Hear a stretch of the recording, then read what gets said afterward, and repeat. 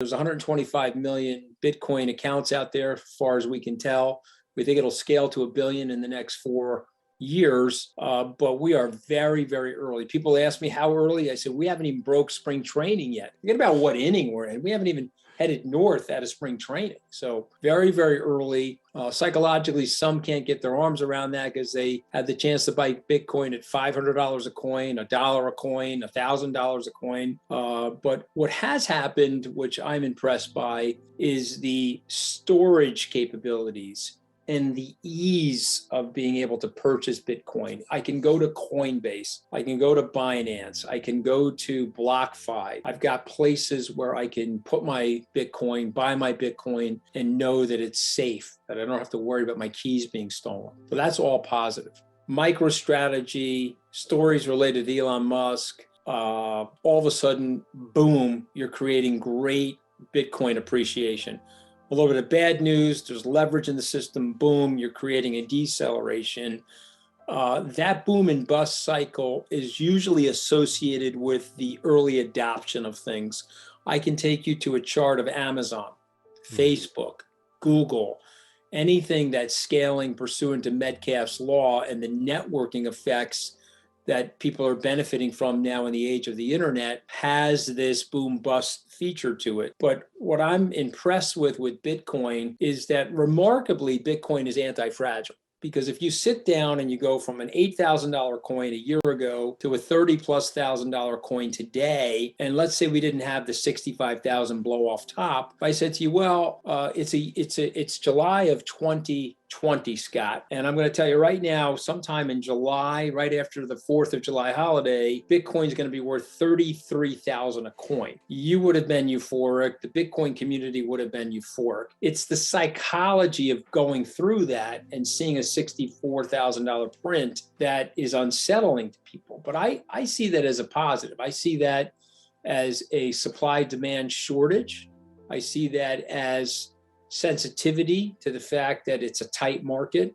If BlackRock hypothetically came in and said, okay, we're going to buy 100, million, 500 million, you pick the number. Let's say they bought $2 billion worth of Bitcoin, it would sizably move the markets. And so, you've got tight supply, and I think you have constant news stories, Scott, that are positive about Bitcoin, positive about the ecosystem, positive about adoption. El Salvador, it's only 7 million people. I get it, but it is a country that is accepting Bitcoin now as legal tender. Facebook, is now thinking about ending Libra using Bitcoin. Square, Bitcoin. PayPal, Bitcoin. You can build this case that, there's more good news about Bitcoin in the last 12 months than at any time in the history of Bitcoin in terms of where Bitcoin is going. I was discussing this with someone literally this morning. I said that we get a news story 5 times a day. It used to be 5 times a year before last year that you would see. But they're in general positive. They're in general positive. Even the latest thing from the Bitcoin Mining Council, where 56% of the miners are now using renewable energy. And so the whole specious argument that Bitcoin isn't green it's a specious argument. It's an argument thrown out there by people that should have bought those coins at 500. They're now pissed that they're at 33,000. So they're throwing eggs and tomatoes at Bitcoin, primarily because they missed that movement. But my message to those people is that we're just getting started. Anything below 40,000 to me is a screaming buy in Bitcoin. I mean, these coins are on sale right now. A year from now, I just said to you, it's July 2020, and I'm predicting July 2021. Well, let me get invited back. Hopefully you'll invite me back 1 year from now, and these coins will likely be close to $100,000 a coin. And you'll be like, okay, why did I miss that 2-3 to 1 bump? Well, I missed it because people were telling me that I would be the stupid one. I'd be the last person into the story. Excuse me, if you remember, that was Amazon. Amazon has gone from a $10,000 investment on its IPO to $21,140,000 today.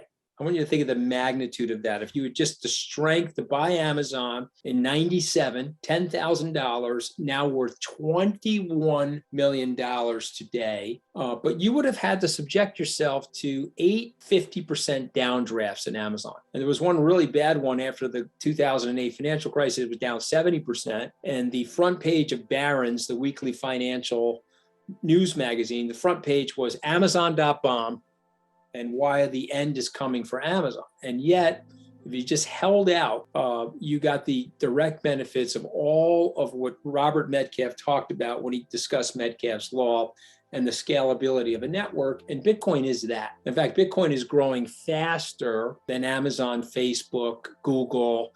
It's adopting, it's pacing the internet in terms of its adoption. If you think about the internet's moved from 1995 and the introduction of Netscape to 2007, that 12-year move, Bitcoin is moving faster and there's more adoption of Bitcoin than there was the internet. Well, I think most early Bitcoin adopters probably sold at $1,000. No question. I have a lot of friends of mine that got shaken out at lower prices, but I didn't come in until higher prices. You know, I will say this to Bitcoiners everywhere. Nobody feels that they're early. Nobody, unless your name is Satoshi Nakamoto.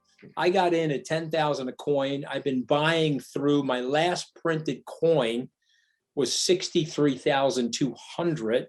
I, of course, have bought coins since that print. So I've been buying coins every month. So I've gotten some recent prints in the 33s, 37s, but I haven't gotten the low print either. You know, I'm buying regularly, weighted average dollar cost averaging into the coins. But my point is, I don't know a person that owns a Bitcoin that thinks they got there early. They all shake their heads and said, well, I could have bought it at 10, 50, 100. But remember something, somebody like me is not buying it back then.